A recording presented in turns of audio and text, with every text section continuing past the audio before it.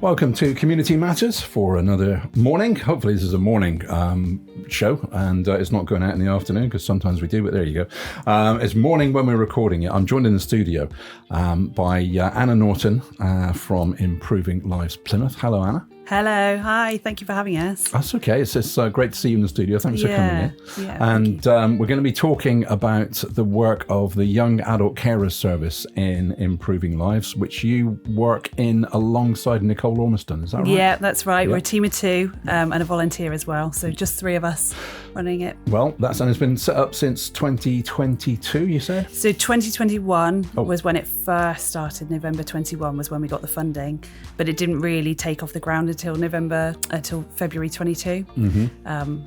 So yeah, we've been going from strength to strength since then. It's been good, the last 2 years. Good. And then also in the studio we have another guest, which is Becky, and I'm just going to look at my notes for your name. I'm sorry, Becky. Becky Chinook, and I should remember that because you gave me a good way to remember that. Becky, welcome to the studio. Hi, thanks for having me. You're welcome. And it's a pleasure having you in the studio. I've probably messed up all of the video now for everybody that's looking at this on our website, but there you go. Becky, you've been with the Young Adult Carers Service, or them supporting you, for how long now? Since the beginning, really. So I still remember the first call I had. It was January 2022 from Nicole, and just knowing that there was a service like this, I was just, quite shocked. So I didn't know of anything like supporting us, really, because I was out of school and out of all my education. So I just thought there's nowhere to get support now, really. And we've interviewed a few people from Caring for Carers over the years. I think Lee Suri was in a couple of times at least. And we've worked with young carers through Youth Services, Plymouth City Council back in the day. But young adult carers, what's the age range for you for young adult carers? How old do you need to be to access that service, Anna? So we take our clients on from 16. So 16 to 25 is our age range that we work with. Mm-hmm. Like you said, there's Caring for Carers. So previous to us, once you got to 18, you would be in the Caring for Carers service. It's an absolutely fantastic service. What they do is amazing. But we were finding for this age range, it wasn't really catering to what they needed. Okay. So we set this up in response to that. So a different set of challenges when you're in the age group. And it's 18 to 25, is it? Is that right? So we take on from 16. So 16, 17, we start to kind of transition people in. And then from 18, they can access everything that we offer. There's a few things like pots of money that they have to be 18 for. But 16, 17, if they're not with young carers, or if they are with young carers and they want to start to get to know us and build that relationship, then they can come to us from then. Okay. And from what you've both said, you said it took a while to get traction for people to engage with the service at the start. And yourself, Anna, you were you pretty much said that you didn't even know that it existed to start with. It sounds like it's not easy to engage with. I mean, not that the service isn't easy to engage with, but that there are difficulties knowing about the service. Would that be about right? From your point of view, was that pretty much it? You just didn't know it was there? Yeah, so I think it's a lot to do with as well, just even understanding that you are a carer. Because I think for me, looking after my mum who had mental health problems, I kind of thought, well, I'm not really caring. I'm just doing what anybody would do in my situation. So yeah, I think again, it's identifying yourself as a carer and then realising actually we can get support for this. You don't have to go through this alone, and you can get help, and you can still have your life alongside it. That's a twofold problem then, isn't it? Recognising that you're a carer yourself and recognising that help's available. We'll come back and unpack a little bit more on both of those. We're going to take a break for some music. So Anna, Rebecca, don't run out of studio. We'll take a break and we're back in just a moment. Anna, the service itself for young adult carers, established in 2021, then you said it didn't really take off till February 22. There must be a story in that gap of why that didn't take off. What was going on? I think any new service, it's always difficult to build up. What we were doing was completely different, so nothing like this had existed before, and it doesn't exist anywhere else in the city. So I think a lot of people were unaware that actually there was something in place like this.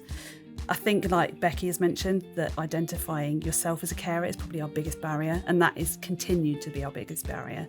A lot of people just see it as, I'm just caring, I'm just helping out mum, I'm just popping in to see Nan, I'm just worrying about dad because I love dad.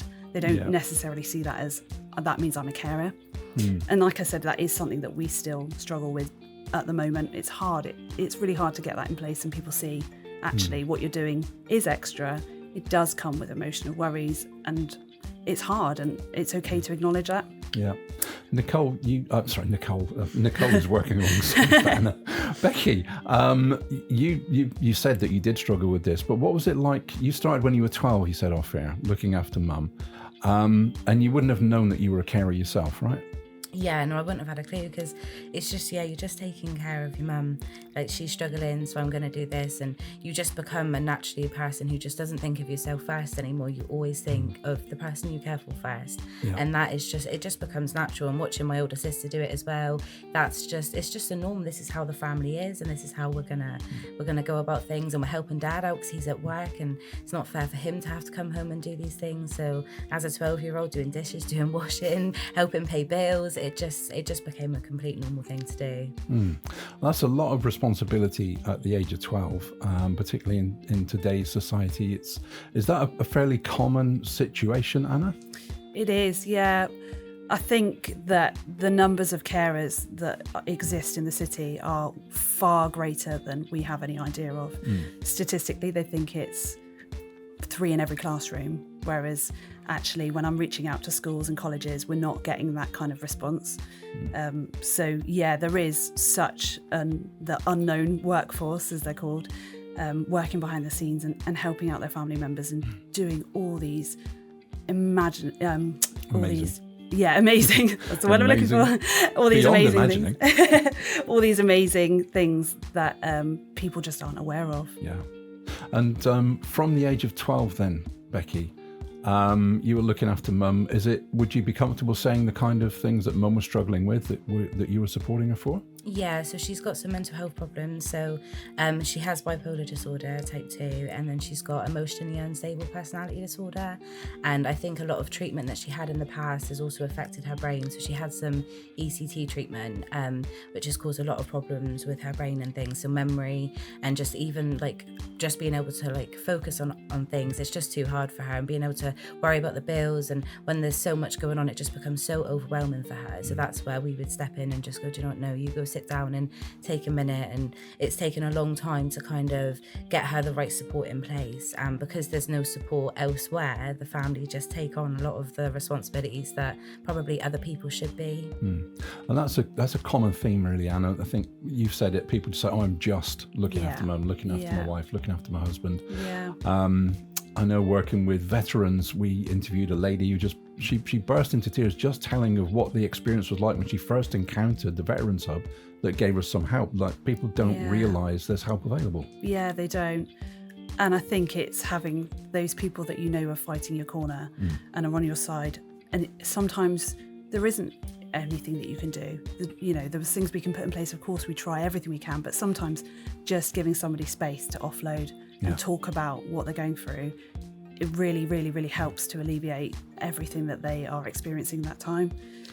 Yeah, because you're not going to make the situation go away, are you? If like in Becky's situation, if mum's poorly, yeah, and if you're there to help, you're there to help. But having somewhere to go and have it reflected back to you, that's a tough call, and we're here for you. That must itself be quite supportive. It is really, really helpful. And I think one of the best things about the Young Adult Carers Service is the peer support that they create. So Becky and all the other carers that come to our groups have made these connections, and having people that have the same experience as you, being in a room with people that just get it, and you don't necessarily need to be talking about your caring role, but just knowing that actually you know what my life is like and I know what your life is like. It's having that peer support that is so important. Becky, what was the biggest impact it made for you, would you say, when you first encountered it? Off the top of your head, what's the first thing you thought, that's really helping me? So we did some drop-ins, but I was a bit nervous. There was only a couple of us, but I still remember we went to Pizza Hut, and it was just the first time that I had been out and not been worrying. I think just knowing that I had other people with me, and we weren't all checking our phones constantly. We weren't all panicking about what was going on at home. We were just sat there, just young adult carers, just trying to enjoy ourselves and trying to get to know other people. And just I've never been in groups. I've never been good in groups. So this was a really big thing for me to kind of go to, and overcoming that barrier and just being with people alike. It was just amazing. That's something. I mean, that must make you like think, yeah, it's worth getting up in the mornings doing my job. When Becky says, I went out for a night and I didn't worry for the first time for ages. That's huge. I love my job. I always tell people I have the best job in the world. I work with the most amazing people. Honestly, they are the loveliest group. We find new carers all the time and they're so welcoming. You wouldn't know if you have somebody that's come to their first session, you wouldn't be able to pick them out of the group because they are welcomed in straight away and they just fit. It's such a lovely group, honestly. That's really good. Well, look, Anna, Becky, we'll come back and hear some more. I think after the break, we'll play a song. It's not a break, it's a song, and it's part of what the station's about. Sorry, devaluing the music content. After this next track, what we'll do is come and hear some more from Anna, particularly about the services that are on offer and the supports on offer at Improving Lives. And don't forget, if you miss any of this interview, you can catch it on the listen again. We'll give you details for the website later in the programme.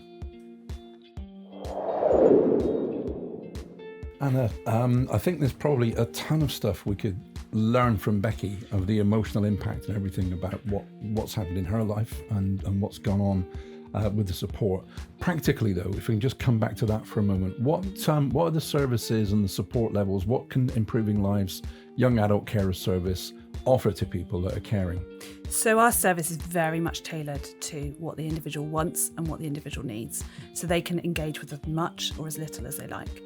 So in terms of what we offer, we do one-to-one support. So that kind of looks like we meet you out in the community. We often go to somewhere near where you live just to help transport, those kind of things. We take you for a coffee, take you for a walk, cheeky McDonald's sometimes. And it's yeah, I quite like to involve food.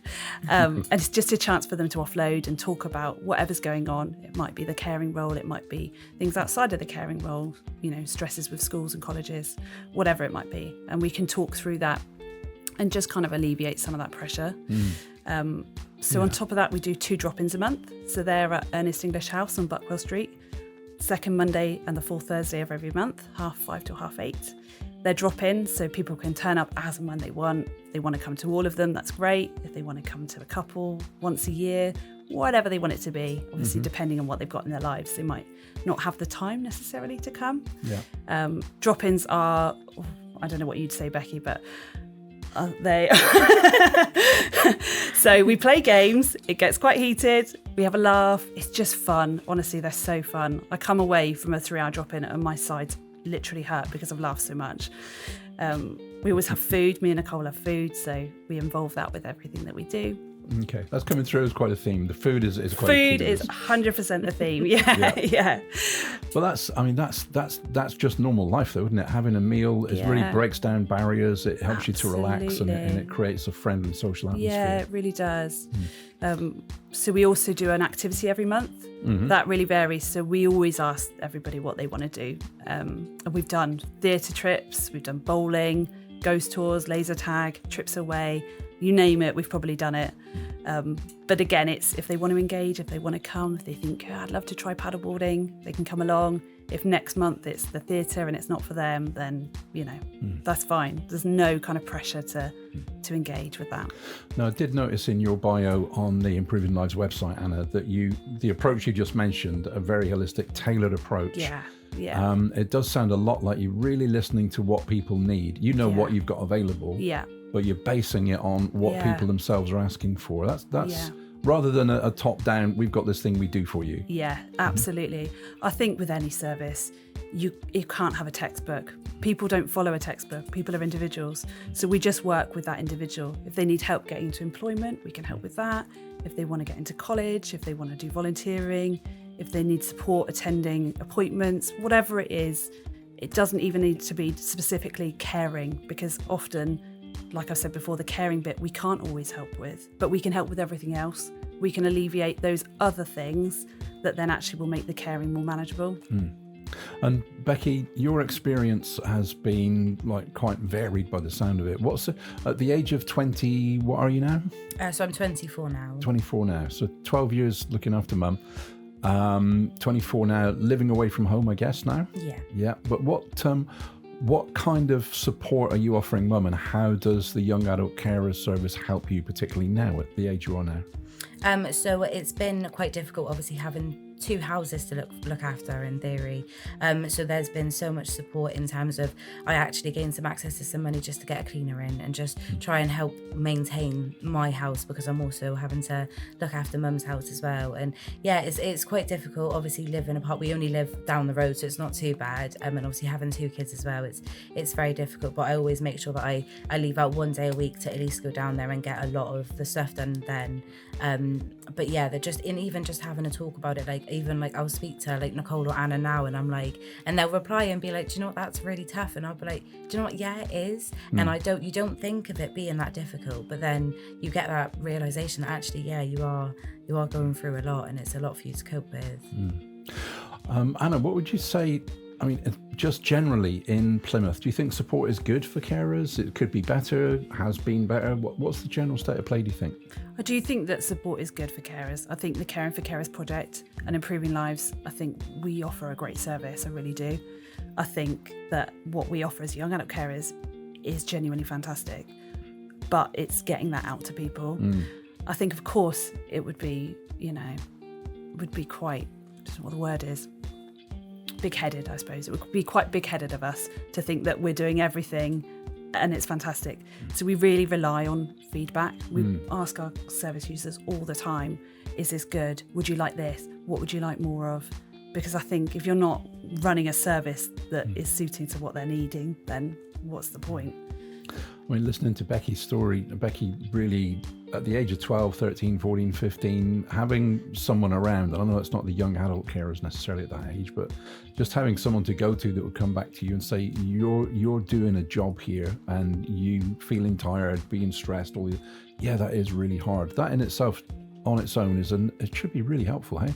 Yeah, definitely. I mean, I didn't actually look at myself as a carer until I was about 15, and that was only because the school then decided that they were going to bring out a little caring group, and I'm like, well, I'm leaving now, so that kind of leaves me out with that already. So yeah, just I wish I had the service sooner, and I wish I had engaged a bit better sooner, because I think if I had engaged a bit more with caring services, then I definitely would have realised it a lot sooner and been able to gain the help sooner. But I'm just so glad that they came when they did, because yeah, I really was struggling. Well, look, we're going to take a break for some more music. We'll come back and hear some more of your journey and maybe how people can engage with the service, and we'll do that right after this. Becky, something struck me in what you'd said earlier about 15, you're thinking, oh, I'm going to be leaving school now. What age did you leave school at 16? Yeah, so I did leave school at 16, yeah, but it was in my last year that they were bringing out a little group of young carers, because I think they'd identified that there was quite a few in the school, and it was almost like because of me, they realised actually maybe they do need a bit more support. Okay, and something that you said to me off air, which is what I'm going to pick up on, was in our little preamble. You said you got a degree, so you leave school at 16. Now at 24, you've got your degree. You must have to fight through some stuff to get to that. So what was your trajectory? What was the journey of getting to your degree, and what was your degree in? Yeah, so year 7, year 8, I would have been a little troublemaker. I didn't know how to cope with a lot of things. I think that would have been the start of my kind of caring journey. And then I kind of realised I need to find a coping mechanism. So my coping mechanism became my education, and I'd sit in my room all night just studying. And I came out with quite good grades from school. Wow. So I went to do my A-levels. That was really, really difficult. So my sister did hers part-time just because it's a lot to take on. But yeah, I managed to get through there. Got some good grades, and I did start off at uni at Plymouth University doing mental health nursing, and that would have been a lot to do with my mum as well. But then I realised I think that I'm living for my mum here, and I don't think it's any good for me, because I'm passionate about mental health, of course, but at the same time I need to find my career path now. So I took some time out. I ended up having a baby in between, and then I decided I'm going to do a psychology degree because it opens up so much for you then. So yeah, I did my psychology degree from home after having my 2 little girls. So yeah, it's kind of brought me to where I am now. I do some volunteering work, and I've also recently got a job now as well in a school. So it's kind of brought me to a good place, and I'm glad I used something like that as a coping mechanism. I'm just like, and this isn't the Becky show, but that's remarkable, Becky. That really is. What do you think of that? She is remarkable. She is absolutely amazing, the things that she does on top of her caring role. Yeah. A mum to 2 small children, looking after a home, doing a degree, being a Samaritan. When you say it all out loud, it's phenomenal. But Becky, if I may, I'm not trying to be patronising, forgive me if it sounds that, but at a relatively young age, having the presence of mind to think, hang on, I can't live for mum. I love mum. I'm helping mum. I can't live for mum. I've got to find my path. I've got to live my life. That's tremendous resilience there. I mean, what do you think supported you to make that kind of maturing journey? Because that's remarkable. So I think it is a lot to do with when you go into a job there's going to be some triggers for you as well. So I think it was just realising that, can I go into this and can I be okay doing this? Can I look after other people that have been through similar things to my mum, and can I keep doing that for the rest of my life? Probably not. So I realised that I did need to kind of take a bit more of a gentler approach and realise that I can't be doing 12-hour shifts looking after other people like this, because it's hard. It really is. And just, you want to save everybody and you can't. And I tried to save my mum, and I've hoped that I have helped her a lot over the years, but you can't save everybody, and even one person at a time. I think that's trying to look at that approach. I mean, that probably brings us back to you and Aaron, to improving life service with adult carers, all the carers, but we're talking about young adult. You can't save anybody, but you can be there for them. How can people access the help and support that you guys are providing? So our referral process is really simple. We've tried to make it as accessible as possible. So we've got a website, Improving Lives Plymouth website. We use Instagram, so our Instagram is at Making Carers Count Plymouth. And people can just get in contact. They can DM us on Instagram, send us a message. Our email addresses are on the website, or our phone numbers. Just get hold of us. Really, really brief info about your name, who you care for, and then our next step is we'll contact you. We'll ring you up, we'll arrange a time to meet you, we'll take you for that coffee, and we'll get to know you, and just try and make it as relaxed as possible. I think a lot of people have fear of services, especially at this age. It can be quite overwhelming and daunting to have a service involved in your life, because sometimes you think, is that going to come with extra things? Are people going to start looking at our lives? And worry of judgment can be a big issue. So getting people into a relaxed environment, have a coffee, we talk through what we do, and when we go from there. And I'm guessing that's no commitment at that stage. It's like, we'll come and have a coffee, we'll go out, we'll grab a coffee, grab a burger, whatever you like, and then let's go from there. As someone who's used the service and has benefited from it, Becky, what would you say to someone at home listening now? First of all, is only just realising they're a carer. That might be me. But all of the things that Anna's just said, I'm not sure I want to really get people involved. What would you say to encourage people to at least take a first step? So, like I said earlier as well, I was scared of groups, and I think that was the biggest thing, the biggest concern for me going into this was, I'm going to have to now sit down in a group and probably to explain my caring role, and I was petrified. But then I realised when I first went, it was nothing like that. Like, you don't even have to tell anybody who you get look after or anything like that, and it is so relaxed and so comfortable. Now I don't know how I'd cope without the groups, just knowing that I can, of an evening, get out of the house and just be with like-minded people, similar ages. And Nicole and Anna are so funny. Like, they will just cheer you up no matter what you're doing. They will just make you so happy. And it's just, even just being able to speak to somebody, and like they said, there's no commitment at all. Like, I don't attend groups all the time. I rarely do the activities just because of having childcare and things, and there's just no pressure at all. And you can just text them, you can ring them, they're just like your friends. And it's just nice having somebody in your corner that they've supported me with absolutely everything in my life, and they will just do anything they can to help. So it's just having somebody in your corner. That's all it is, really. I think your next job's going to be in marketing for Improving Lives. That's really good. Anna and Becky, thank you ever so much for coming in. Thank you for telling us about the service, Anna. Thank you, Becky, so much for opening up about your own journey. I'm sure it's helpful to people that are listening. Don't forget, if you want to find out more, you can check out, look for Improving Lives Plymouth on your interweb search engine. That's probably going to be the best way to do that, I think. You can, we'll put some information out as well. If you want to find out more about this interview, you can check us on the Listen Again, or look on the website www.crossrhythms.co.uk/Plymouth, and we'll catch you next time on Community Matters. Thanks for listening.